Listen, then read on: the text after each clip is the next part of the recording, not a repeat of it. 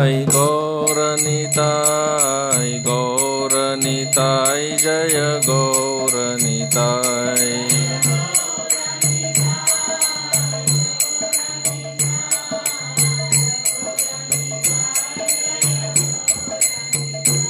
जय जय प्रभुपाद प्रभुपाद प्रभुपाद जय जय प्रभुपाद।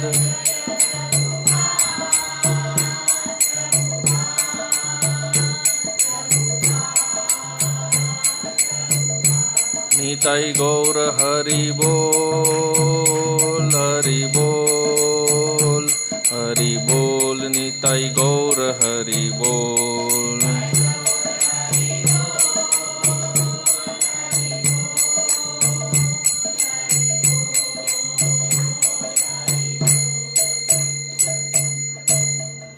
जय ओम विष्णुपाद परमहंस परिव्राजकाचार्य स्तोत्र सत श्री श्रीमद अभय चरणारविंद भक्ति वेदांत स्वामी श्रील प्रभुपाद की जय।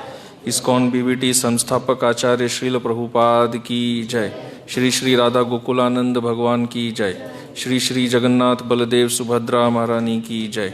श्री श्री गौर निताई की जय। उपस्थित भक्तवृंद की जय। उपस्थित भक्तवृंद की जय।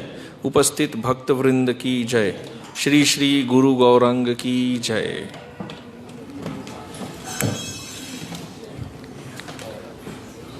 तो ये एक लाइट पॉसिबल है फोकस वाला?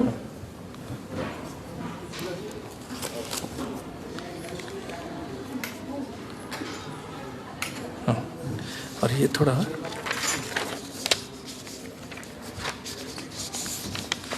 डिस्ट्रीब्यूट कर सकते हैं।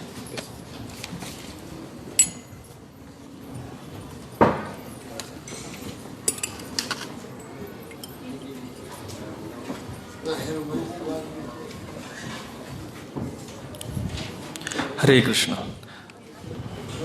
सभी भक्तों का मंगलवार के इस रात्रिकालीन प्रवचन में हार्दिक स्वागत है। तो चूंकि यह दामोदर महीना चल रहा है, इसलिए हम एक श्रील प्रभुपाद का एक भजन स्टडी करेंगे, जो भजन श्रील प्रभुपाद ने राधा दामोदर मंदिर वृंदावन धाम में लिखा था।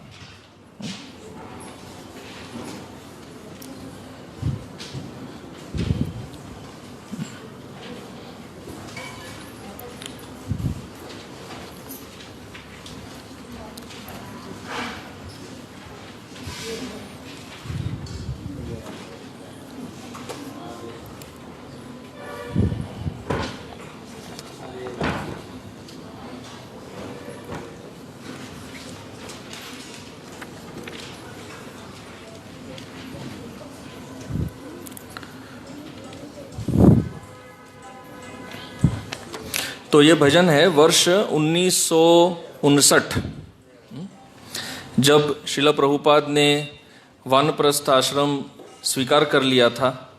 4 वर्ष हो गए थे। और यह जो भजन का विषय है, ये विषय है मूल रूप से इस संसार का सत्य। ये श्रील प्रभुपाद ने तब लिखा था जब वो वृंदावन धाम में पूर्ण रूप से अकेले थे। उनके पास भगवान श्री कृष्ण के अलावा और कोई सहायता नहीं थी। तो ये भजन में वो अपने भाव को व्यक्त कर रहे हैं कि आज मैं किस अवस्था में हूँ और यह संसार का सत्य किस तरह से मुझे दिख रहा है। यह संसार का वास्तविक सत्य क्या है, कैसा हम इसे समझते हैं और यह संसार वास्तव में क्या है। तो यह भजन बहुत लंबा है वास्तव में। आपके पास इसमें आप देखेंगे 8 सेक्शन है, दोनों पेज मिलाकर। तो पूरा भजन जो है वह 27, उसमें 27 भाग है। 27 भागों का भजन है। तो ये 2 पृष्ठ में 8 भाग है। तो एक प्रवचन में तो इतना ही संभव है। फिर जब आगे और करेंगे तब हम लोग आगे और बढ़ाने का प्रयास करेंगे। तो इसको हम गाएंगे और फिर संक्षिप्त में समझने का प्रयास करेंगे। यद्यपि यह बंगाली भाषा में है, परंतु बहुत सरल है और इसके शब्द सभी हिंदी से मेल खाते हैं।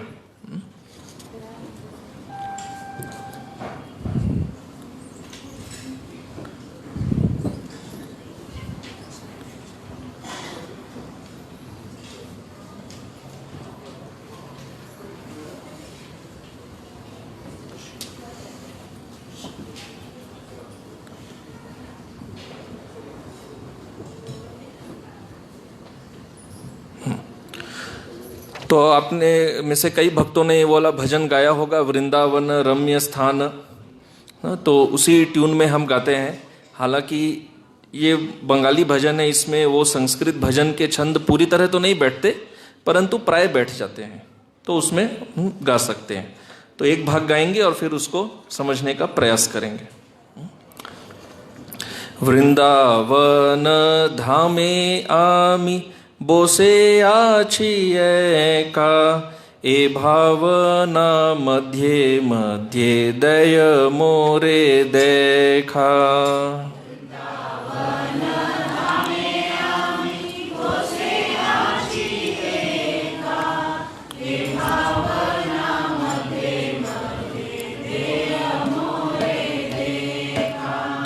वृंदावन धामे आमी बोसे आछि एका, ए भावना मध्य मध्य दय मोरे देखा।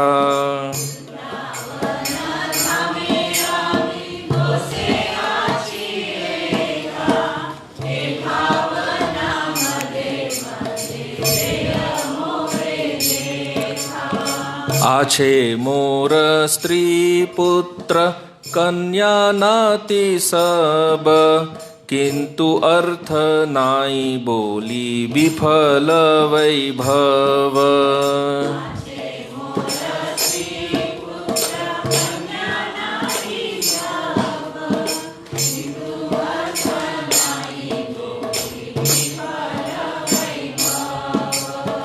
प्रकृतिर नग्न रूप देखाले श्री कृष्ण, तव कृपा बोले आज होए छी वितृष्ण।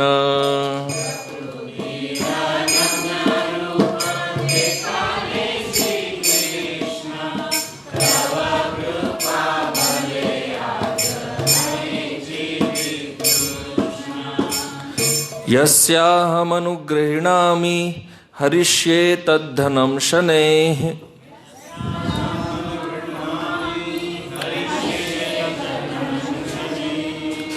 कृपा मोये रे कृपा बुझिलाम कोई।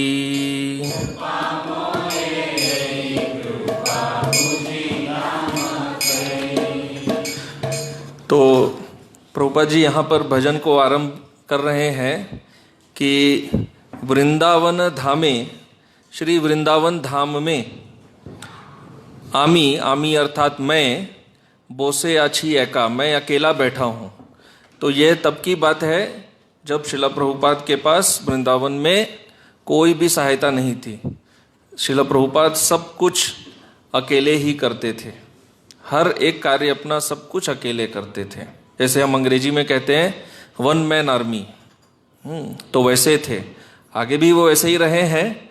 परंतु विशेष रूप से यहाँ पर इस्कॉन स्थापना के बाद कम से कम कई शिष्यों ने तो उनकी सहायता की, यहाँ पर उनके पास कोई सहायता नहीं थी।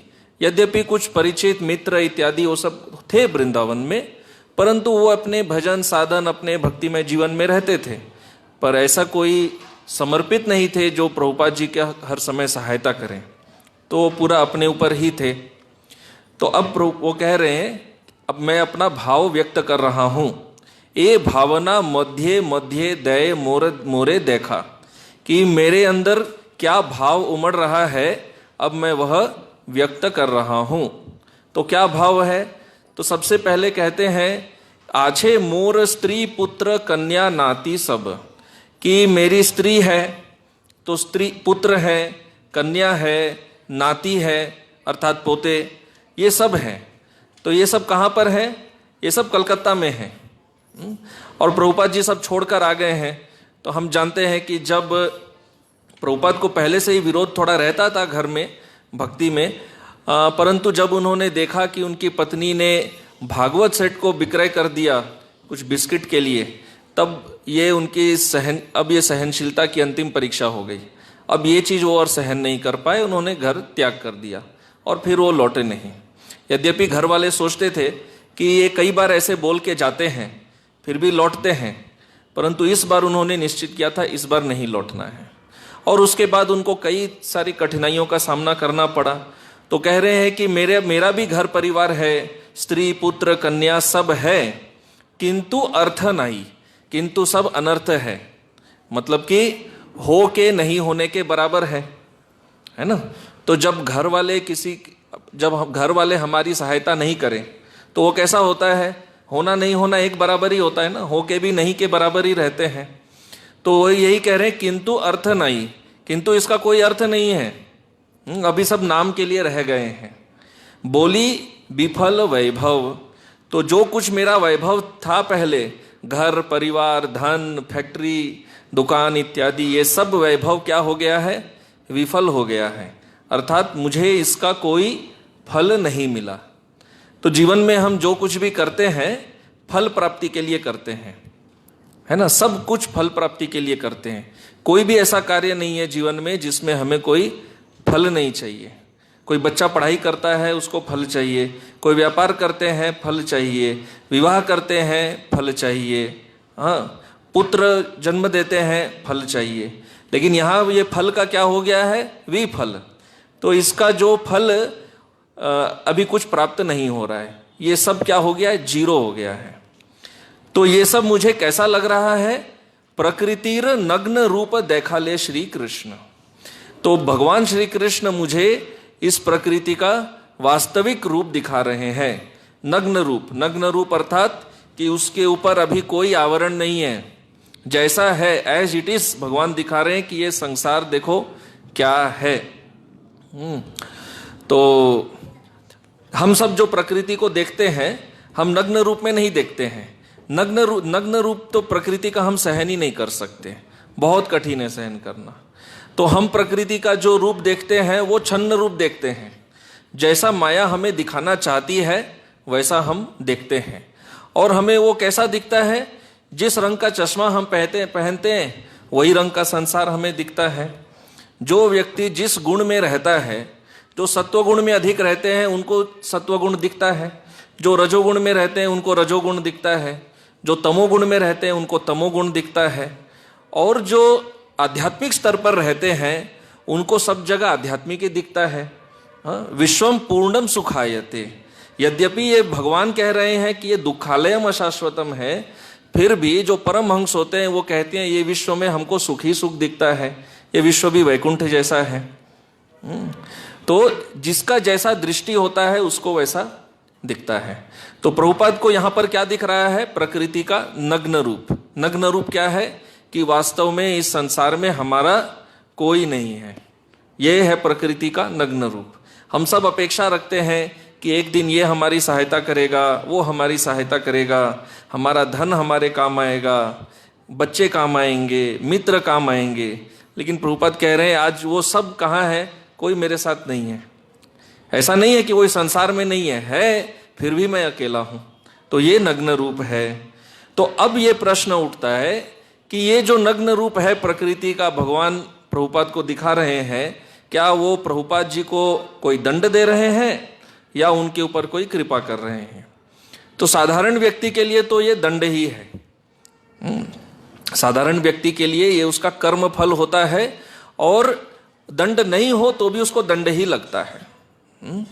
सदैव वो दंड ही देखता है। हमारी भावना कैसे रहती है कि जीवन में जो भी हमारे कष्ट आता है वो भगवान के द्वारा दिया हुआ दंड है, और जो सुख आता है वो हम भगवान की कृपा मानते हैं। तो ये हमारी दृष्टि है, पर शास्त्र की दृष्टि ऐसी नहीं है। तो यहाँ पर ये दंड को प्रभुपाद जी क्या मान रहे हैं, तव कृपा बोले, ये आपकी कृपा है, ये दंड नहीं है। आज होए छी वितृष्ण, ये आपकी कृपा क्यों है? क्योंकि जब आप जीवात्मा को भोग देते हैं तो जीवात्मा का क्या होता है, भोग से बंधन बढ़ता है। जीवात्मा जितना ज्यादा भोग करता है, भोग की भूख भी उतनी बढ़ती है। जब हम कुछ खाते हैं तो हमारी भूख शांत होती है। हाँ, परंतु ये जो भोग विलास है, इंद्र तृप्ति है, ये ऐसा नहीं है। इंद्र तृप्ति एक बार थोड़ा देर तो भूख शांत करता है, परंतु बाद में उस भूख को और बहुत ज्यादा बढ़ा देता है। फिर हमें वो इंद्र तृप्ति और ज्यादा चाहिए, और गहराई से चाहिए, और वैरायटी में चाहिए। तो यहां कह रहे हैं कि आपने मेरी तृष्णा को क्या कर दिया है, नष्ट कर दिया है। जैसे कि भोग विलास को यदि हम किसी अग्नि के रूप समझें तो उसमें क्या कर दिए, जल डाल के उसको बुझा दिए। तो भोग विलास की जो इच्छा है उसको समाप्त कर दिए। तो हम ये नहीं समझते हैं कि प्रभुपाद जी को कोई तृष्णा थी वगैरह, हम इसको अपने लिए शिक्षा के रूप में देखते हैं।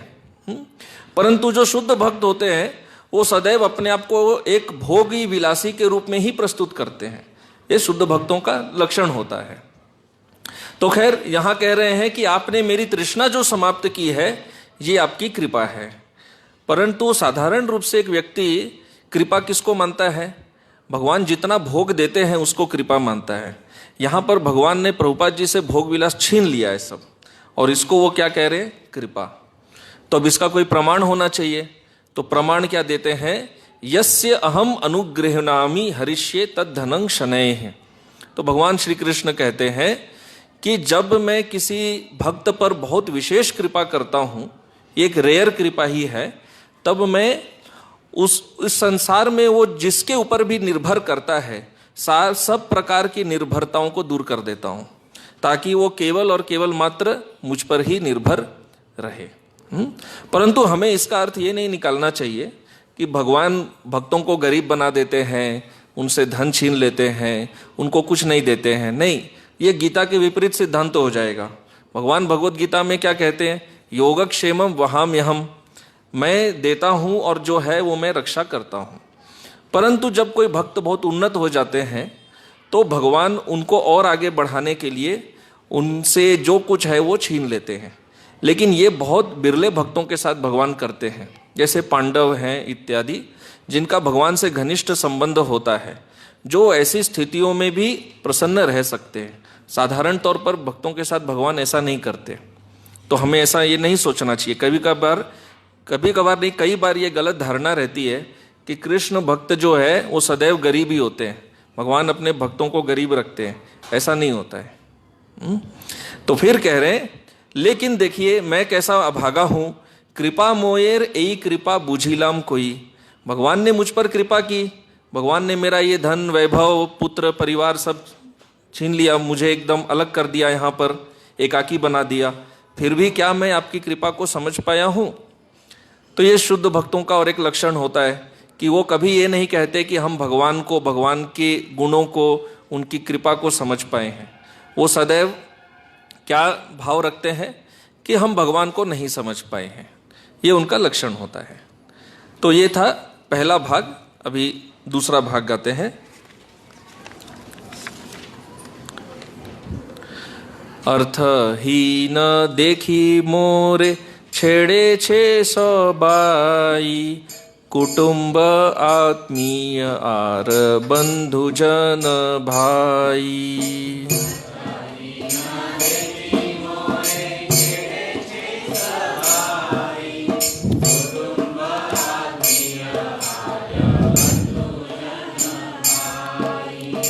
दुख होय हासी पाय एका बोसी हासी, मायार संसार एई काके भालोबासी।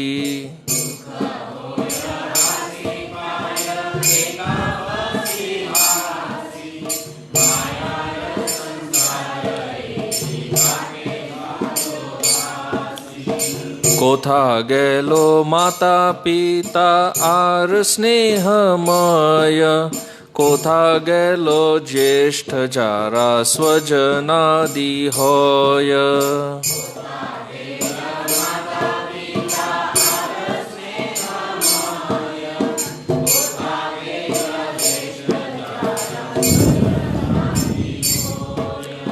तादेर खबर के बाद देवे मोरे बोलो, नाम मात्र तादेर संसार रोए गेलो।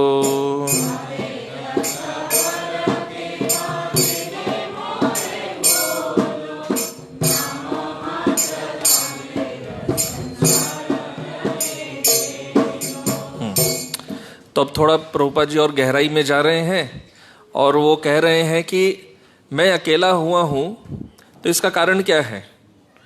तो ये संसार के सत्य को समझा रहे हैं कि मेरे घर वालों ने देखा कि अब मैं क्या हूं, अर्थहीन। अर्थ, यहाँ अर्थ का अर्थ है धन। एक अर्थ होता है मीनिंग, शास्त्र में अर्थ का मतलब धन भी होता है। कि मेरे घर वालों ने क्या देखा कि अब मैं निर्धन हूँ, मेरे पास धन नहीं है। अर्थहीन देखी, निर्धन देखकर मोरे छेड़े छे सौबाई, उन सब ने मुझे अकेला छोड़ दिया क्योंकि अब मेरे पास धन नहीं है ना। तो आपने वो कहावत सुना होगा, बाप बड़ा ना भैया, सबसे बड़ा रुपया, है ना, कहते हैं ना। तो यहाँ पे वही बात कह रहे हैं, सबसे बड़ा क्या है संसार में, रुपया। हाँ, पर शास्त्र में वो सबसे बड़ा क्या है, बंधन। तो बंधन, तो यहाँ कह रहे हैं मुझे निर्धन देखकर घर वालों ने अकेला छोड़ दिया। कुटुंब आत्मीय आर बंधु जन भाई, कुटुंब अर्थात मेरा घर वो चला गया, आत्मीय अर्थात रिश्तेदार इत्यादि वो सब छोड़ दिए, बंधु जो मित्र इत्यादि थे, मित्रों से भी हम बहुत अपेक्षा रखते हैं, वो भी छोड़ दिए, बंधु जन भाई, बाकी सब जो भी कनेक्शन थे सब टूट गए। तो अब कह रहे हैं कि मेरा भाव क्या है, दुख होए हंसी पाए। दुख भी होता है, तो प्रभुपाद प्रैक्टिकल है, प्रैक्टिकल में किसी भी व्यक्ति को दुख होगा। जब सब लोग उसको छोड़ देंगे, वो उसको अकेला कर देंगे तो दुख तो होगा। पर कह रहे हैं हंसी पाए, कि मुझे हंसी भी आ रही है। हाँ, तो हंसी आ रही है, एका बोसी हंसी, मैं अकेला बैठकर हंस रहा हूं। क्या बात के लिए हंसी, कि हम किन लोगों से कितना जीवन भर अपेक्षा रखते हैं, पर बदले में हमें जीवन में अंत में क्या मिलता है। हम अकेले आते हैं, अकेले ही जाते हैं, और बीच में ये संसार बसाते हैं। तो ये जो संसार बीच में बसाते हैं, ये क्या है, यहाँ कह रहे हैं माया रस संसार। आते तो अकेले हैं, जाते भी अकेले हैं, लेकिन ये बीच में जो पूरा संसार बसाते हैं, ये माया का संसार है। माया का संसार कहने का अर्थ क्या है, कि हम इससे जो अपेक्षा रखते हैं, ये वास्तव में वो हमको नहीं दे सकता है। यार, इसका अर्थ ये नहीं है कि ये मिथ्या है, परंतु हम जो अपेक्षाएं रखते हैं इस संसार से, हाँ, इस माया के संसार से, यह हमारी अपेक्षाएं सारी मिथ्या हैं। कोई भी अपेक्षा सत्य नहीं है। हमारी मूल अपेक्षा क्या है, कि हमको इसमें से सुख मिलेगा। हाँ, परंतु ये सुख देने वाला नहीं है। इसलिए भगवान क्या कहते हैं, दुखालयम, सुखालयम नहीं कहते। तो यही काके भालो बासी, कि इस माया के संसार में मैं किससे प्रेम करूं। जिन जिन से प्रेम था वो सब आज कहाँ है, वो सब तो चल, उन्होंने मुझे छोड़ दिया है। अब किससे प्रेम करूं। कोथा गैलो माता पिता, मेरी माता मेरे पिता सब कहाँ गए हैं, आज वो भी मेरे साथ नहीं है। तो आर स्नेहमय, और मुझसे स्नेह करने वाले जो लोग थे वो सब भी कहाँ चले गए, कोई आज मेरे साथ नहीं है। तो ये संसार का सत्य है। हम लोग कई बार सुनते हैं, पढ़ते हैं, फिर भी इसको स्वीकार करना कठिन होता है। तो लेकिन हर व्यक्ति को जीवन में अनुभव तो करना ही पड़ता है।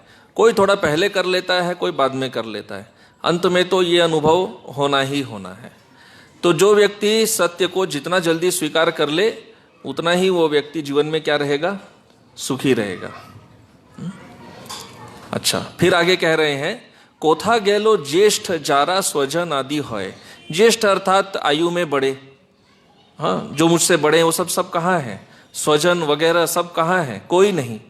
तादेर खबर केबा देबे। अच्छा, अभी कभी कभी व्यक्ति कहीं अकेला रहता है, कोई व्यापार के लिए, कोई नौकरी इत्यादि के लिए, तो भी वो खबर तो लेता है घर वालों के बारे में। यहाँ कह रहे हैं उनका खबर देने के लिए भी मेरे पास कोई नहीं है, कोई इतना बताए कि भाई वो कैसे हैं, कहाँ है। तादेर खबर केबा देवे, मेरा खबर उनको देने के लिए कोई नहीं है, उनका खबर मुझ तक पहुंचाने के लिए भी कोई नहीं है। तो ये संसार अब क्या है, नाम मात्र तादेर संसार। ये संसार केवल नाम मात्र के लिए रह गया है। हाँ, इसका वास्तव में अब कोई संबंध रहा नहीं। तो संसार शब्द के बहुत अर्थ होते हैं। एक जैसे कि हम ये दुनिया देखते हैं, इसको ये भी संसार है। फिर संस्कृत में संसार अर्थात परिवार, परिवार को भी संसार कहते हैं। हमारी जो आसक्ति होती है वो सब भी संसार है। भव बंधन, ये सब संसार है।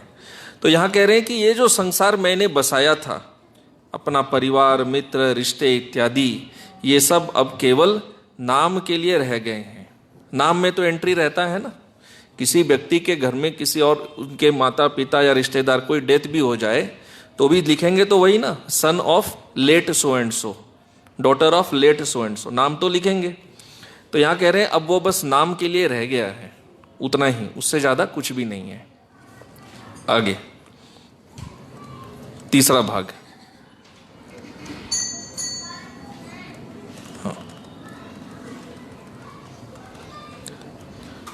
समुद्रेरफेना जैनो क्षणे सृष्टि क्षणे लय, मायार संसारे खेला से भावे होय।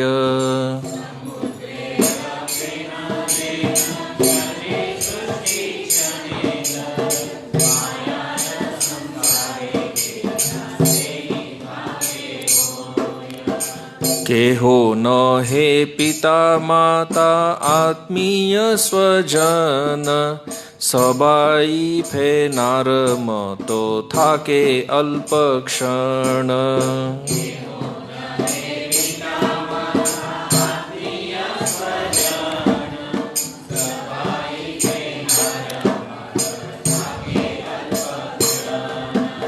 समुद्रेरफेना जैमो नशु समुद्रे विषाय, पंचभूतेर्देह तथा होय जाय लय।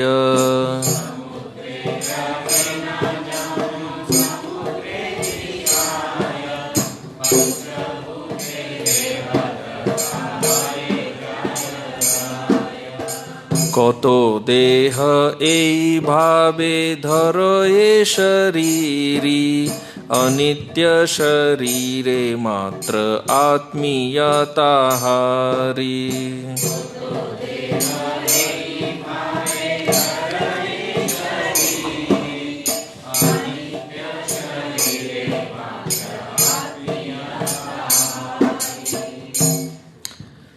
तो अब यहाँ पर एक उपमा ला रहे हैं कि हमारे जीवन में लोग आते हैं जाते हैं, इसका एक उपमा दे रहे हैं जो भागवत में भी है। स्वयं नारद मुनि ये संसार के सभी संबंधों की तुलना, जो समुद्र के तट पे जब जल आता है तो वो थोड़ा रेत लेकर आता है और फिर वापस बहा के ले जाता है, उससे तुलना करते हैं। तो प्रभुपाद जी यहाँ कह रहे हैं कि समुद्र में जो फेन आते हैं, बुलबुले, समुद्रेर फेना जैनो क्षणे सृष्टि क्षणे लय। क्षणे सृष्टि मतलब एक क्षण में वो बुलबुला तैयार होता है, और एक क्षण में लय मतलब नष्ट, प्रलय लय एक ही अर्थ होता है। तो क्षण में सृष्टि होता है, क्षण में लय होता है समुद्र के फेन का। यह माया का संसार भी उसी प्रकार है, क्षण में सृष्टि होता है, क्षण में लय होता है। तो प्रभुपाद जी की दृष्टि यहाँ कैसी है, जैसे मान लीजिए हम कोई हवाई जहाज में जब उड़ते हैं तो हवाई जहाज जैसे जैसे ऊपर आता है नीचे सब घर वगैरह छोटे छोटे दिखने लग जाते हैं, फिर वो छोटे माचिस डिब्बे जैसे दिखते हैं, फिर जब बहुत ऊपर चला जाता है वो दिखते ही नहीं हैं, फिर तो जब बादल के ऊपर जाता है केवल बादल ही दिखते हैं। तब हमें भी लगता है कि जिन चीज़ों के लिए हम दुनिया में लड़ते हैं, झगड़ते हैं, इतना तामझाम करते हैं, वो क्या है, कितना क्षुद्र है। तो प्रभुपाद जी का दृष्टि उस प्रकार से, बहुत विशाल दृष्टि से देख के बता रहे हैं, तो हमें वो दृष्टि से समझना होगा। हमारी दृष्टि से केवल सोचेंगे तो हमें सब कुछ फिर इम्प्रैक्टिकल ही लगेगा। तो ये शास्त्र की दृष्टि है, शास्त्र चक्षु जो होते हैं वो बहुत विशाल होते हैं। तो इसलिए यहाँ कह रहे हैं कि ये सब माया के संसार का खेल है। समुद्र का फेन जैसे बनता है, नष्ट होता है, ये सब खेल है। हमारे जीवन में रिश्ते बनते हैं, टूटते हैं, सब खेल है केवल, और कुछ नहीं। कहने का अर्थ है कि खेल, कहने का अर्थ क्या है कि खेल की तरह व्यक्ति को इसे बहुत ज़्यादा सीरियस नहीं लेना चाहिए। संबंध जब बनता है तो भी उसको ज़्यादा सीरियस नहीं लेना चाहिए, और जब टूटता है तो भी उसको ज़्यादा सीरियस नहीं लेना चाहिए। ये केवल खेल है। तो अब कह रहे हैं केहो न है पिता माता, वास्तव में न कोई पिता है, न कोई माता है, न कोई आत्मीय है, न कोई स्वजन है। तो प्रभुपाद जी किससे तुलना कर रहे हैं? आत्मा के स्तर से समझा रहे हैं कि हमारे पिता माता आत्मीय स्वजन सब हमारे शरीर से संबंध रखते हैं, आत्मा से नहीं। चित्रकेतु महाराज की लीला में जब राजा का पुत्र को नारद मुनि वापस जागृत करते हैं तब वो क्या पूछते हैं कि कौन सी माता कौन से पिता, आप किनका बात कर रहे हैं? हाँ, मेरे अलग अलग जन्मों में कितनी माताएं हुई हैं, कितने पिता हुए हैं। शास्त्र में भी कहा जाता है कि जन्म जन्म में माता पिता मिलते हैं, लेकिन गुरु और कृष्ण बहुत मुश्किल से किसी एक जन्म में प्राप्त होते हैं। तो यहाँ कह रहे हैं कि आत्मा का तो कोई पिता नहीं, माता नहीं, आत्मीय स्वजन वगैरह ये सब आत्मा के माता पिता नहीं है। सबाई फेनार मतो थाके अल्प क्षण, कुछ क्षण के लिए हमारे जीवन में ये रहते हैं। हमारे रिश्ते नाते सभी अल्प क्षण के लिए होते हैं, लेकिन ये अल्प क्षण हमें बहुत लंबा लगता है, क्योंकि हमारी दृष्टि क्या है, बहुत संकुचित है। जैसे आप किसी एक छोटी सी चींटी को भी, जो साइंस में माइक्रोस्कोप होता है, माइक्रोस्कोप से अगर देखेंगे तो बहुत बड़ी दिखेगी। आजकल कई लोग जैसे जंतु जानवर वगैरह पर जो रिसर्च करते हैं, तो हम देखते हैं कई फेसबुक वगैरह में आता है। जैसे थोड़ा दिन पहले हम देख रहे थे, एक मधुमक्खी हनी बी एकदम हाई एंड माइक्रोस्कोपिक कैमरा से उसका फोटो लिया। वो फोटो अगर आप देखेंगे तो आप विश्वास नहीं कर पाएंगे कि ये कोई मधुमक्खी है। उसके शरीर का हर छोटा छोटा बारीक भाग इतना सुंदर उसमें बड़ा करके दिख रहा है। तो हमारा इतना संकुचित दृष्टि है कि संकुचित दृष्टि में छोटी चीजें बड़ी लगती है, लेकिन शास्त्र दृष्टि से अगर देखेंगे तो बड़ी बड़ी चीजें भी संसार में वास्तव में बहुत छोटी हैं। तो प्रभुपाद जी का विशाल हृदय है, विशाल दृष्टि है, तो उससे कह रहे हैं ये सब अल्पक्षण है केवल। समुद्रेर फेना जैमोन समुद्रे मिशाए, कि समुद्र का फेन समुद्र में ही मिश्रित हो जाता है, इसी तरह ये पंचभूत का देह क्या होता है, कह रहे हैं यह भौतिक तत्वों में वापस एक न एक दिन विलीन हो ही जाता है। पंचभूतेर देह तथा होए जाए लय, लय मतलब उसमें नष्ट होके उसमें चला जाता है वापस। तो अलग अलग जो तत्व हैं शरीर के, वो अपने अपने तत्वों में समा जाते हैं। कौतो देह एई भावे धर ये शरीरी, शरीरी अर्थात आत्मा, जो शरीर के अंदर रहता है। आत्मा ने कितने सारे देह धारण किए हैं, और ये सारे देह क्या है, अनित्य शरीरे मात्र। ये सारे देह अनित्य हैं। अनित्य मतलब सीमित समय के लिए ही ये रहते हैं, ये स्थायी नहीं होते, अस्थायी है। आत्मीय ताहारी, और आत्मीय ताहारी, आत्मीय मतलब जिनको हम आत्मीय मानते हैं। हमारा शरीर तो अनित्य है, और इस शरीर अनित्य शरीर से जो संबंध बनते हैं वो भी स्वाभाविक रूप से क्या होते हैं, अनित्य ही होते हैं। तो कुछ भी यहाँ पर शाश्वत नहीं है। तो ये सब बहुत सरल बातें हैं, परंतु जब जीवन में कोई धक्का खाते हैं हम, जीवन में कुछ अनहोनी हो जाती है और जब कष्ट आता है, तो भगवत गीता का सबसे बेसिक श्लोक भी बहुत बड़ा श्लोक लगता है। जब जीवन में सब सुख वैभव रहता है तब ये सब श्लोक, ये सब भजन बहुत बेसिक लगते हैं। क्या वही बातें हैं, सब अनित्य है, वही हम शरीर नहीं है, हम आत्मा है। लेकिन जब जीवन में अचानक से कभी बिजली गिरती है, तब गीता का जो श्लोक है वो एकदम सामने पूरा वाइड स्क्रीन में दिखता है। तब हाँ, ये क्या है। तो खैर अगला, आत्मीय सबाई भाई आत्मार संबंधे, आत्मीयता नाही होय मायमय गंधे।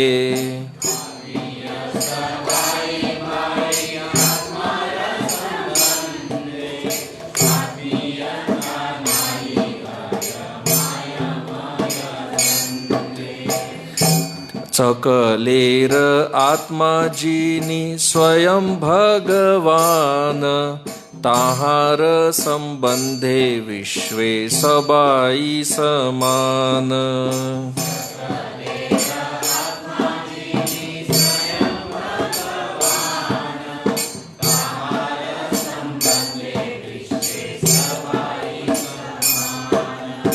आत्मीय तो मार भाई जत जीव कोटि, कृष्णेर संबंधेर तारा होय परिपाटी।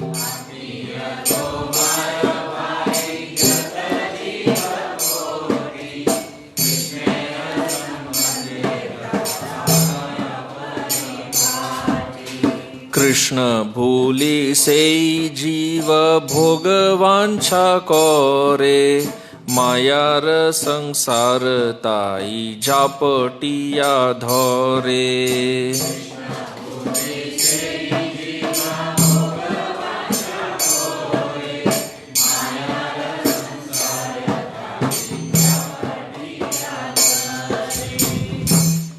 तो अब कह रहे हैं, अभी तक इन्होंने कहा कि ये माता पिता संबंधी वगैरह ये वास्तविक आत्मीय नहीं है, सीमित समय के लिए है, प्रैक्टिकल कारणों से है, पर वास्तव में नहीं है।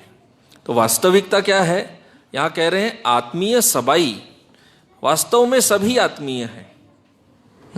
हम किनको आत्मीय समझते हैं? जिनसे हमें कुछ लाभ प्राप्त होना है ना। अपना काम बनाने के लिए व्यक्ति दुश्मन से भी क्या कर लेता है? दोस्ती करता है। तो यहाँ कह रहे हैं वास्तव में सभी आत्मीय हैं, क्योंकि सभी क्या है? आत्मा से संबंधित है, आत्मार संबंध है।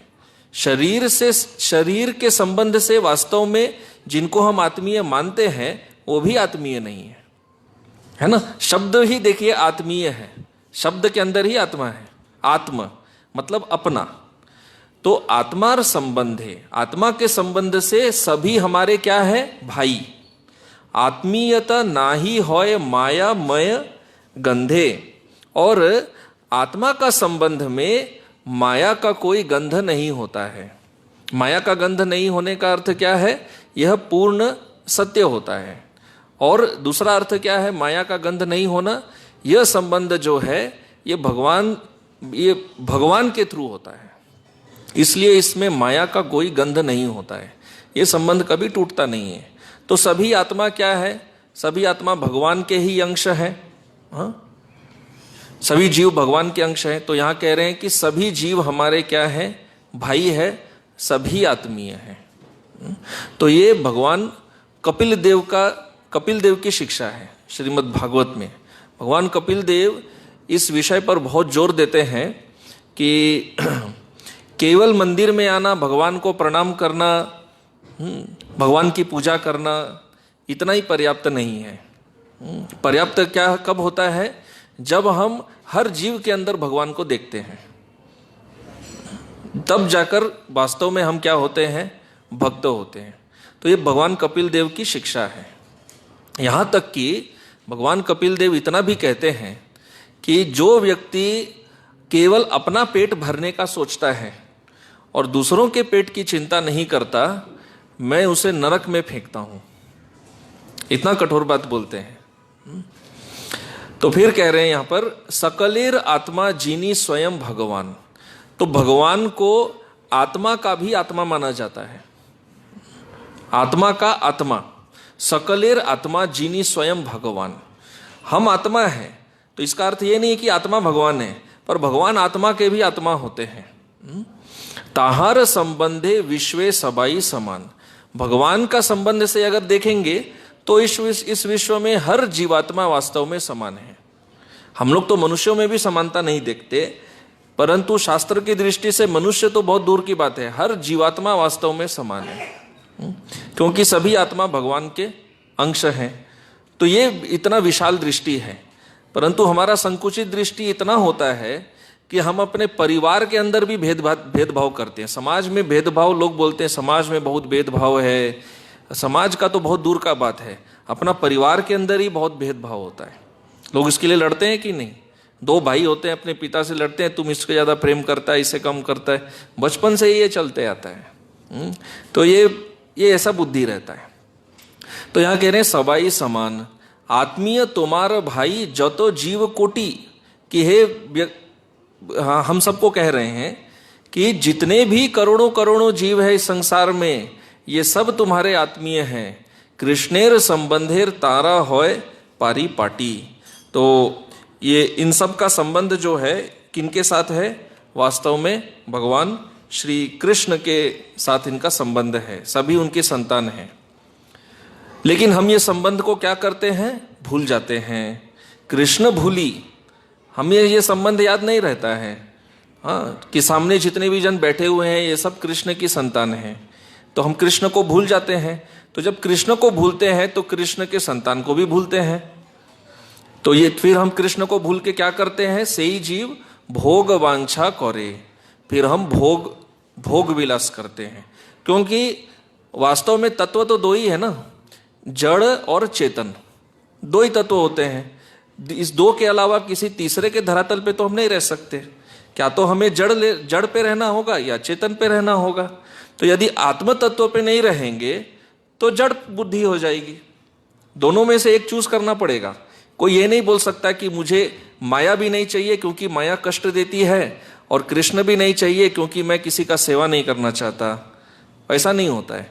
वास्तव में कृष्ण नहीं चाहिए मतलब वो माया में ही है ही, वो कोई तीसरा चॉइस होता नहीं है।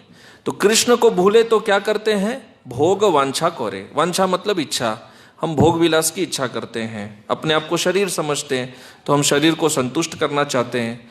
फिर माया क्या करती है, माया और संसार ताई जापोटिया धरे, मतलब कि माया हमको झपट कर पकड़ लेती है। झपट कर पकड़ लेती है का अर्थ क्या है, हमारे ज्ञान को अज्ञान से ढक देती है, हमें एक विपरीत बुद्धि देती है। विपरीत बुद्धि क्या देती है कि मैं स्वतंत्र हूँ, मैं यह शरीर हूँ, और इस शरीर से सभी जो संबंधित है वो सब मेरे हैं, और मैं यहाँ पर क्या हूँ, अहम भोगी। जैसे भगवान गीता में क्या कहते हैं कि जीव अपने आप को क्या समझता है, अहम भोग, मैं क्या हूँ, भोगी हूँ। परंतु भगवान क्या कहते हैं कि वास्तव में भोक्ता कौन है, भोक्तारम यज्ञ तपसाम सर्वलोक महेश्वरम, कि मैं भोक्ता हूँ, लेकिन जीव अपने आप को भोगी मानता है। तो ये जो उल्टा बुद्धि है ये माया ने हमको दिया। क्यों दिया, क्योंकि हम भगवान श्री कृष्ण को भूल गए हैं। अब अगला,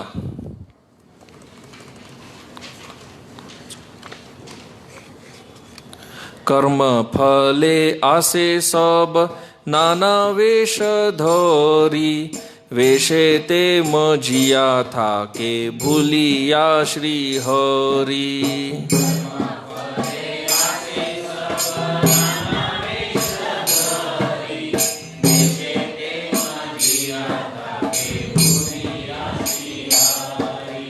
अतएव माया तारे दय बहु दुख, दुखे हाबू डूबू तो बूता है माने सुख।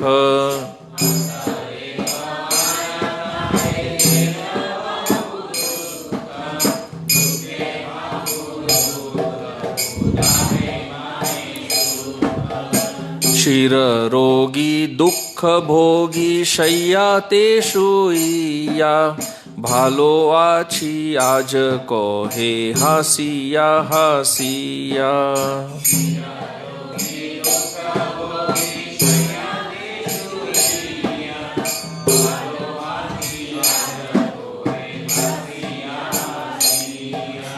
हासी पाय तार भालो थाकार कथाय, मायाबद्ध जीवेर भालो एई भावे होय।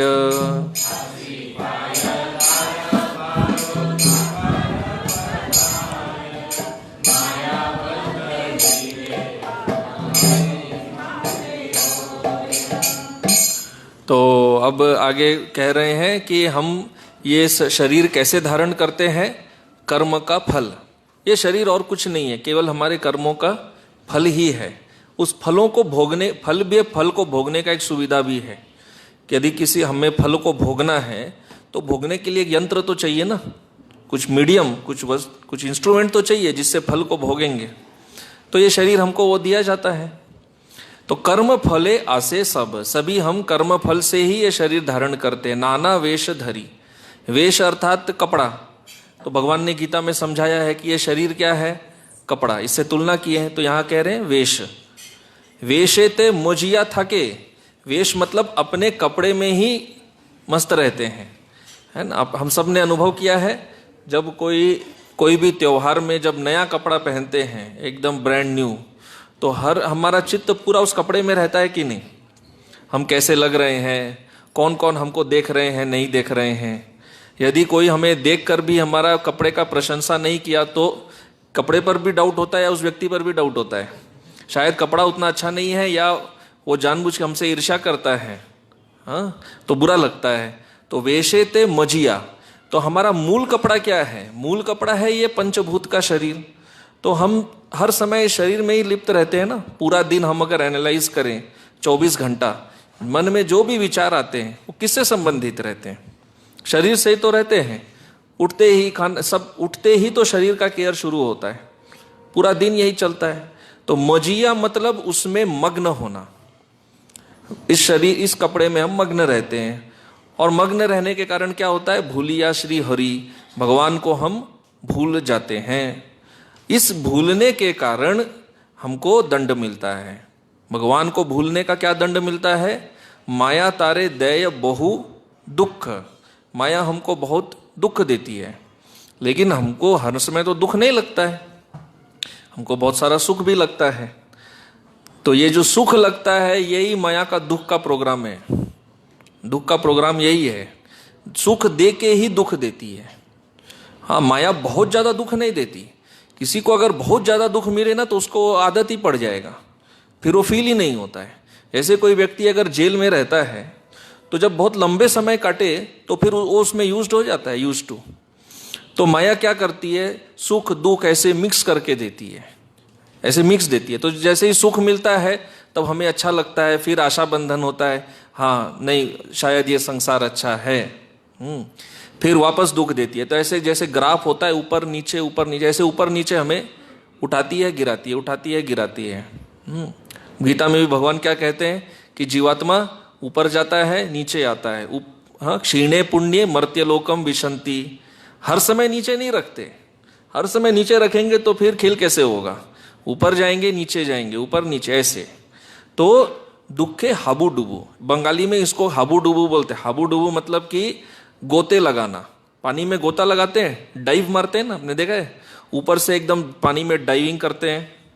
वो जब मिलिट्री का ट्रेनिंग वगैरह देते हैं तो सोल्जर को ट्रेनिंग दिया जाता है ना, वो बहुत ऊंचाई से पानी में जंप मारने का। तो ये है हाबू डुबू, मतलब वो डूब रहा है, तैर रहा है दुख के समुद्र में, लेकिन फिर भी वो इसको क्या मानता है? सुख मानता है। तो ऐसा क्यों मानता है? क्योंकि माया ने उसको ये बुद्धि दिया है। माया ने उसका बुद्धि का प्रोग्रामिंग ही ऐसा किया है कि उसको क्या दिखता है? सुख लगता है। जो हमको सुख लगता है वो वास्तव में दुख है, लेकिन हमारा कंप्यूटर में प्रोग्राम ही ऐसा सेट किया गया है कि वो दुख हमको सुख लगेगा। प्रोग्राम ही वो सेट ही ऐसा करते हैं, है ना। जब हम सिनेमा हॉल में कोई सिनेमा देखते हैं तो जब हम एंटर करते हैं तो हमको पता रहता है हाँ भाई ये सिनेमा हॉल है। 5 मिनट में हम भूल जाते हैं कि नहीं? पूरी उसमें डूब जाते हैं कि नहीं डूब जाते हैं? हाँ, तो वैसा ही होता है। बच्चा जब जन्म लेता है समझिए सिनेमा हॉल में आ गया, थोड़ा सा देर में, थोड़े समय में ही एकदम यूज्ड टू हो जाएगा और उसको क्या लगेगा? वास्तव में मैं इस संसार का ही भाग हूं, मैं यहीं का सदस्य हूं। जैसे सिनेमा हॉल में होता है 10 मिनट में वो सिनेमा ही चलता है दिमाग में। तो यहां भी वही कह रहे हैं कि हम वो दुख को क्या मानते हैं? सुख मान लेते हैं। पर भगवान गीता में क्या कहते हैं?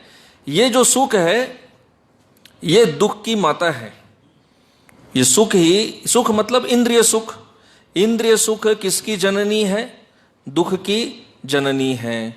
हाँ, दुख की योनि है। इंद्रिय सुख दुख का योनि है। जैसे 84 लाख योनि होती है उसी तरह एक और योनि है। वो योनि क्या है? दुख का योनि। इससे दुख जन्म लेता है। और ये माँ कौन है? सुख है। सुख है माँ, और ये जन्म देती है किसको? दुख को जन्म देती है। इसलिए प्रहलाद महाराज क्या कहते हैं? जीवन में यदि दुख नहीं चाहिए तो क्या छोड़ना पड़ेगा? सुख का त्याग करना पड़ेगा। तो ये बड़ा विचित्र फॉर्मूला है, ये समझना बहुत कठिन है। बड़ा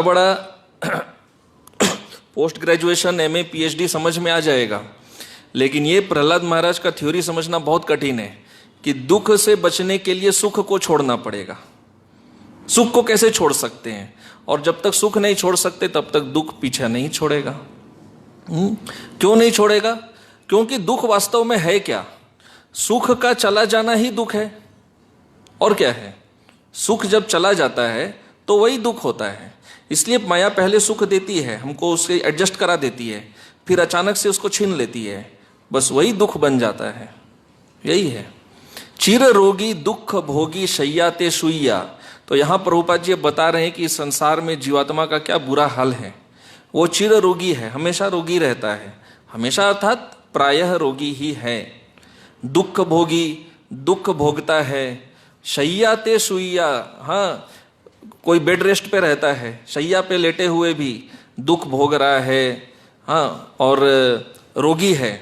लेकिन बेड पे लेटा हुआ व्यक्ति जो बेड रेस्ट में है, इतना कष्ट में है, उसको भी यदि पूछा जाए कि आज आप कैसे हैं, तो प्रभुपाद यहाँ क्या बोल रहे हैं, क्या बोलता है? भालो अच्छी, मतलब आज आराम है। बेड रेस्ट में है, कितना कष्ट भोग रहा है, लेकिन क्या है? आराम है। हाँ, और कैसे बोलता है? हंसिया हंसिया, वो भी हंसते हुए बोलता है। हाँ, तो इससे बड़ा झूठ बोलने वाला कोई हो सकता है? बिस्तर पे लेटा हुआ बेड रेस्ट मरीज, वो भी हंसते हंसते बोलता है आज आराम है। हंसी पाए तो अब कह रहे हैं मुझे हंसी आता है ये सब देखकर। भालो थाकार कथा है, भालो मतलब अच्छा। ये जो बोलता है कि आज आराम है, इसके आराम को सुनकर तो मुझे हंसी आता है। इस संसार में कहीं किसी को कोई आराम नहीं है, हर किसी का जीवन क्या है? कष्ट में ही है। मायाबद्ध जीवेर भालो एई भावे होए। तो यहां कह रहे हैं कि माया इसी तरह जीवात्मा को बुद्धि भ्रष्ट करती है और उसको ये विश्वास दिला देती है कि तुम ठीक है, अच्छा है। अभी आगे, কত প্ল্যান করে তারা ভালো থাকি বারে, প্রকৃতি ভাঙ্গিয়া দেয় সব বারে বারে।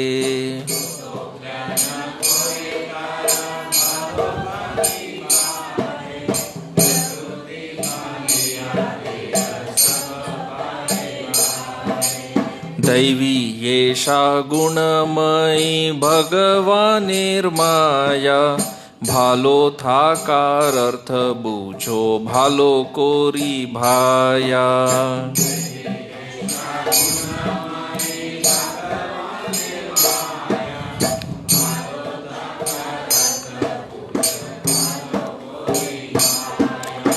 কেহ ভালো নাই হেথা তবু ভালো বলে, এই ভাবে মায়া সব বদ্ধ জীবে ছলে।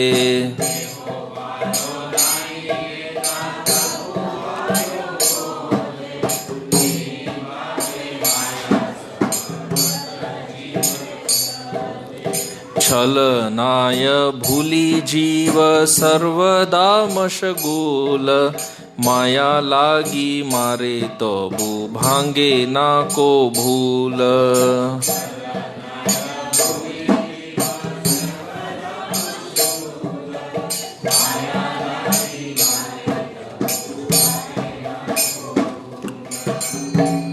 तो अब यहाँ कह रहे हैं कि ये सब जो हम जो सोचते हैं कि जीवन में सब आराम है, तो हम आराम में रहने के लिए क्या करते हैं? तरह तरह के प्लान बनाते हैं। कतो प्लान करे, तो ये भजन में एक ही अंग्रेजी शब्द है जो प्रभुपाद ने डाला है, प्लान। तो बहुत सारा प्लान करते हैं सुखी होने का, भालो थाकी बारे। सारे प्लान का उद्देश्य क्या है? एक ही तो है, सुख चाहिए जीवन में। प्रकृति भांगिया दे, लेकिन प्रकृति हमारे सारे प्लान क्या करती है? भंग कर देती है। और प्रकृति भी बहुत होशियार है, कई बार हमारे प्लान को शुरू में भंग नहीं करती है। तो शुरू में हमें बहुत दिखाती है, वाह आप जो कुछ जीवन में करना चाह रहे हैं सब सफल हो रहा है, हो रहा है, हो रहा है, चढ़ाती है चढ़ाती है चढ़ाती है, और बहुत चढ़ा के ऐसा इतना जोर गिराती है कि फिर उठना मुश्किल हो जाता है। हाँ? तो प्रकृति यदि हमारे प्लान को पूरा भी कर रही है तो भी हमें मूर्ख ही बना रही है। यदि किसी का प्लान शुरू में ही भंग कर रही है तो शायद उसके ऊपर थोड़ा कृपा है, उसको जल्दी नग्न रूप दिख रहा है। जिस व्यक्ति को प्रकृति का नग्न रूप जितना देर से दिखता है तो उसके लिए उतना कष्ट है। तो बार बार सारे प्लान को भंग कर देती है। तो प्रभुपाद अभी कह रहे हैं कि हमें समझना चाहिए कि आराम में रहने का अर्थ क्या होता है। दैवी येषा गुणमयी भगवानेर माया, कि ये प्रकृति भगवान की माया शक्ति है, ये भगवान के नियंत्रण से चलती है, ये उनकी दैवी शक्ति है। भालो थाकार अर्थ बूझो भालो कोरी भाया। हे भाई, आराम रहने का वास्तविक अर्थ समझो कि आराम का मतलब क्या होता है। कि हो भालो ना, ये संसार में कोई अच्छा नहीं है, कोई आराम नहीं है, तबु भालो बोले, फिर भी आराम आराम बोलते रहते हो। इस तरह माया सारे बद्ध जीवों को छल रही है। हाँ, उसको ये बुद्धि दे रही है। हम आराम क्यों बोलते हैं? आराम नहीं होने से भी हम एक तो स्वयं को ये दिलासा दिलाना चाहते हैं कि नहीं आराम में है, और सामने वाले को भी हम दिखाना नहीं चाहते कि मेरे जीवन में कष्ट है। ये हमारा अहंकार होता है। आराम बोल के हमें भी अच्छा लगता है, उसको भी अच्छा लगता है। हाँ, उसको अच्छा लगता है मतलब उसके सामने हमारा अहंकार रह जाता है। बोलने का मतलब ये है। तो इसलिए हम ऐसा कहते हैं, छलनाए भूली जीव सर्वदा मशगुल, कि ये जो प्रकृति हमको धोखा दे रही है, ये धोखे में हम एकदम मज गए हैं, ये धोखे में हम आनंद ले रहे हैं। प्रकृति क्या है? माया। माया इज ए चीट, माया धोखेबाज है, वो हमको छल रही है, परंतु हम उसमें मजा ले रहे हैं। माया लागी मारे तो वो भांगे ना को भूल, बार बार हमको मारती है, लेकिन हम उसको भूलना ही नहीं चाहते हैं। हर बार ठोकर खाते हैं, लेकिन भगवान को ही भूल के रहते हैं, भगवान को याद नहीं करना चाहते। तो ये हमारा दर्दनाक अवस्था है। तो आजकल पॉजिटिव थिंकिंग का बहुत ज़्यादा प्रचलन रहता है। हम सबको क्या सोचना चाहिए? हमेशा थिंक पॉजिटिव, जो कि ठीक है, अच्छी बात है। लेकिन शास्त्र में अगर हम देखेंगे तो ये महत्वपूर्ण बात है। हो सकता है आपको सुनने में थोड़ा नहीं भी अच्छा लगे। शास्त्र में जितने बड़े बड़े देखिए शास्त्र प्रकट हुए हैं, पॉजिटिव थिंकिंग के टाइम पे प्रकट नहीं हुए। भगवत गीता जब प्रकट हुआ तो अर्जुन किस थिंकिंग में थे? पॉजिटिव में थे कि नेगेटिव में थे? नेगेटिव में थे। हाँ, और अर्जुन केवल पॉजिटिव बात नहीं सुनना चाहते थे, वो सत्य जानना चाहते थे। पॉजिटिव या नेगेटिव महत्वपूर्ण नहीं है, महत्वपूर्ण क्या है? सत्य क्या है। और सत्य हमेशा पॉजिटिव होता नहीं है। भगवान जब गीता में बोल रहे हैं काम क्रोध लोभ से व्यक्ति नरक जाता है, तो हम भी बोल सकते हैं अरे भगवान आपको पॉजिटिव बात बोलना चाहिए, ये सब तो नेगेटिव बात है, नरक में जाता है ये वो, क्या कुछ अच्छी बातें बोलिए जो सुनने में अच्छा लगे। नहीं, भगवान अच्छा या बुरा बनने नहीं आए हैं, भगवान सत्य कहने आए हैं। सत्य का धरातल पे रहना महत्वपूर्ण है। भागवत कब प्रकट हुआ था? जब व्यासदेव पॉजिटिव थिंकिंग में थे या नेगेटिव में थे? व्यासदेव प्राय उस समय डिप्रेशन में थे कि इतना सारा शास्त्र लिख के भी मैं अंदर से संतुष्ट नहीं हूं। तब नारद मुनि इनको कहते हैं कि आप समाधि लगाइए, और फिर भागवत उनके हृदय में प्रकट होता है। तो हम कितना भी पॉजिटिव बोलें, लेकिन जीवन में नेगेटिव सिचुएशन आता ही है, और ज़्यादा नेगेटिव ही रहता है। तो नेगेटिव को माया रूपी पॉजिटिव थिंकिंग में बदलने का प्रयास नहीं करना चाहिए, वो ज़्यादा सहायता नहीं करेगा। सत्य का खोज में जाना चाहिए। यदि सत्य को समझेंगे तो सत्य का जो अंत है वो पूरा पॉजिटिव होगा। हाँ, नहीं तो कितना भी पॉजिटिव कर करके वो नेगेटिव में ही आने वाला है। माया पॉजिटिव, ये सुख दुख क्या है? वही पॉजिटिव नेगेटिव। भगवान क्या कह रहे हैं? दुखालयम। ये तो भगवत गीता का सबसे बड़ा नेगेटिव थिंकिंग है। दुख, पूरा संसार दुख का सागर है। कोई भी पॉजिटिव थिंकर, कोई भी मोटिवेशनल स्पीकर एक सब बोलेगा कि ये संसार दुख का सागर है, वहां कोई ऑडियंस आने वाले नहीं है, ऑडियंस पूरा कम हो जाएगा। और भगवान के पास भी ज्यादा ऑडियंस नहीं है। भगवान का कितने स्टूडेंट थे? एक ही स्टूडेंट, एक अर्जुन। तो पॉजिटिव थिंकिंग और नेगेटिव थिंकिंग से ज्यादा महत्वपूर्ण क्या है? Realistic thinking. सत्य, सत्य क्या है? तो यहां सत्य बता रहे हैं, ये सत्य है, ये हमको स्वीकार करना होगा, लेकिन हम स्वीकार करना नहीं चाहते हैं। ये आराम आराम वाला पॉजिटिव थिंकिंग चलेगा नहीं। अच्छा, फिर आगे कह रहे हैं, बार बार प्लेन कोरी बार बार भांगे, कखो न भूमिते पोड़ी कखो न तपंके।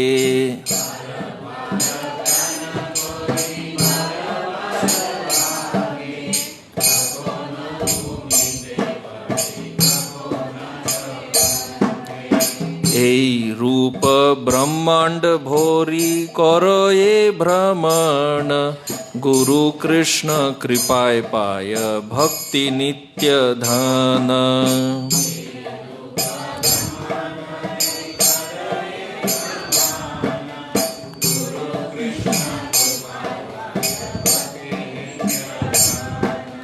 সেই ধন মিলে যদি আর ধন ছাড়ে, অনায়াসে চলে যায় সংসারের পারে।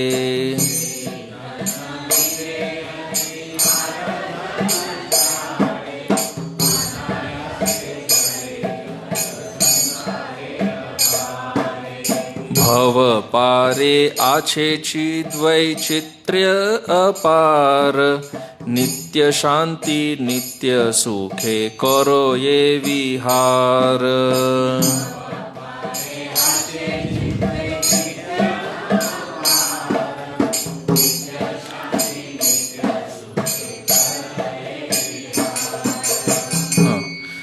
तो यहाँ पर भी देखिए शुरू में वही नेगेटिव बात ही है, पॉजिटिव तो नहीं है। बार बार प्लान कोरी, बार बार भांगे, हर बार योजना बनाते हैं, माया हमारी योजनाओं को विफल कर देती है। योजना विफल कहने का अर्थ क्या है? कभी कभी हमारी योजनाएं पूर्ण हो जाती है, फिर भी हमको उसमें दुख मिलता है। कोई व्यक्ति बहुत सारा धन इकट्ठा करता है अपने घर वालों के लिए और इकट्ठा कर भी लेता है, पर वही धन एक नए प्रकार के दुख को जन्म दे देता है। वो धन झगड़े का कारण बन जाता है, वाद विवाद का कारण बन जाता है। तो माया जब दुख देती है तो माया बहुत जटिल है।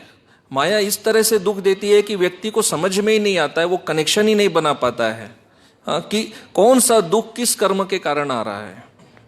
कर्म का फल जो हम भोगते हैं वो कर्म को ढूंढ के निकालना बहुत कठिन है, किस कर्म के लिए क्या फल आया है। तो वो भी समझने नहीं देती है।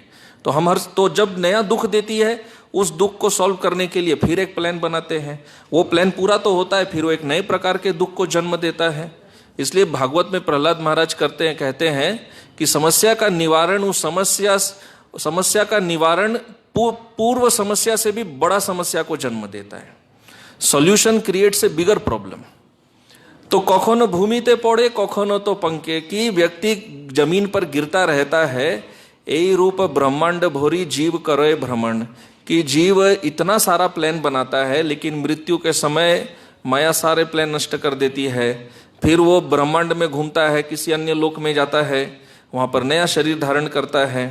लेकिन कोई भाग्यशाली जीव होता है जिसको गुरु कृष्ण कृपा से भक्ति का नित्य धन प्राप्त होता है। तो अब आ रहे हैं प्रभुपाद, अब ये पॉजिटिव बात कर रहे हैं। से धन मिले यदि आर धन छाड़े, लेकिन एक कंडीशन है कि ये भक्ति का नित्य धन कब मिलेगा? जब अनित्य धन को त्याग करेंगे। उसका त्याग करने का अर्थ क्या है? उससे आसक्ति को त्याग करेंगे। हाँ, जड़ धन से जब तक आसक्ति रहेगी तब तक ये चिन्मय धन नहीं मिलने वाला है। दो नौका पे सवार होके नहीं चल सकते, एक चुनना पड़ेगा कि किससे आसक्त होना है, भौतिक संसार में आसक्त होना है या कृष्ण के संसार में आसक्त होना है। एक को चुनना पड़ता है। अनायासे चले जाए संसारेर पारे। तो यदि भक्ति का नित्य धन स्वीकार करते हैं तो इस संसार के पार आराम से चले जाते हैं। इसका अर्थ क्या है कि हम जीवन के अंत में भगवान का स्मरण करते हैं और भगवान ये वादा करते हैं कि जो मेरा स्मरण करता है वो मेरे पास आता है, तो हम भगवान संसार पार जाते हैं। भव पारे आछे, और जब पार जाते हैं तो इस भव सागर के पार में है क्या? चिद वैचित्र्य अपार, कि भव सागर के पार में केवल कोई लाइट या सब सूखा सूखा नहीं है, सब चिन्मय है, चित है। और वैचित्र्य मतलब बहुत वैरायटी है वहां पर, बहुत वैरायटी, अपार। नित्य शांति, हम सबको शांति चाहिए तो वहां पर नित्य शांति मिलता है। यहाँ का शांति अनित्य है। नित्य सुख है, वहां पर सुख नित्य है, वो सुख कभी भंग नहीं होता। करये विहार, और उसमें हम विहार करते, अर्थात हम भगवान की लीला में भाग लेते हैं। और अब ये अंतिम भाग।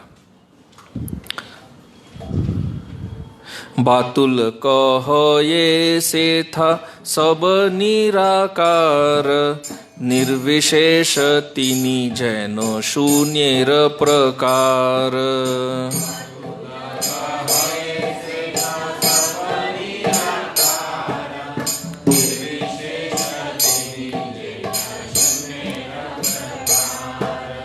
रसेर भाण्डारी तिनी रसो वै सह, रसिक भावुक सेवे होई तार वश।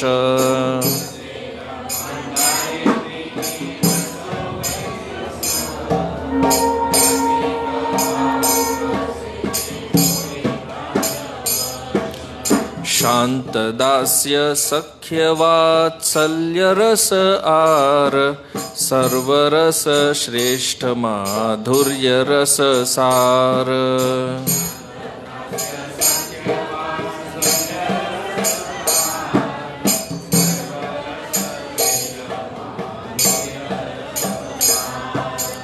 चित जगते रस सब होय उपादेय, माया ते तार छाया मात्र किंतु सब हेय।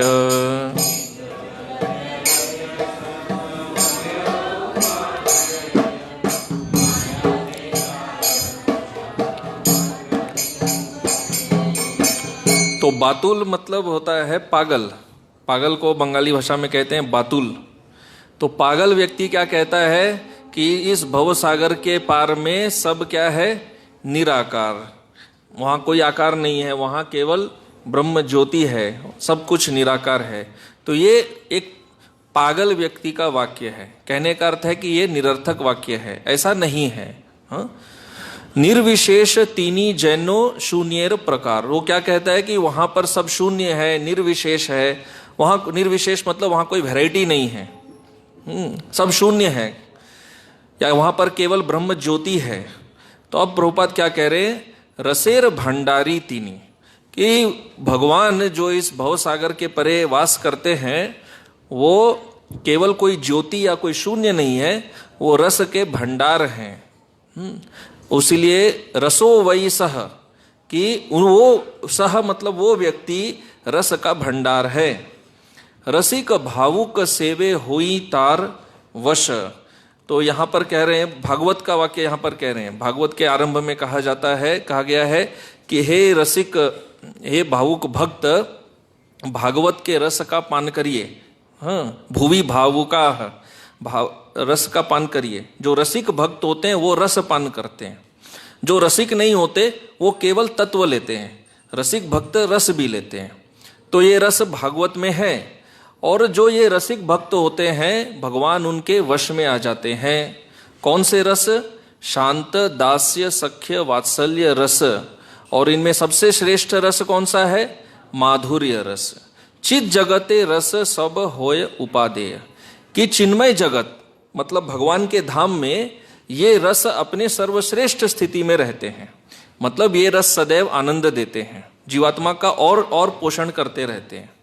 किंतु इस जगत में क्या होता है, माया में उन रसों की केवल छाया मात्र है। किंतु सब हेय।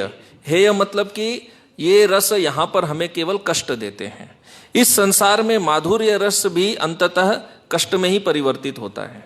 इस संसार का माधुर्य रस विकृत रस, लेकिन चिन्मय जगत में जो माधुर्य रस है वो परम आनंद प्रदान करता है।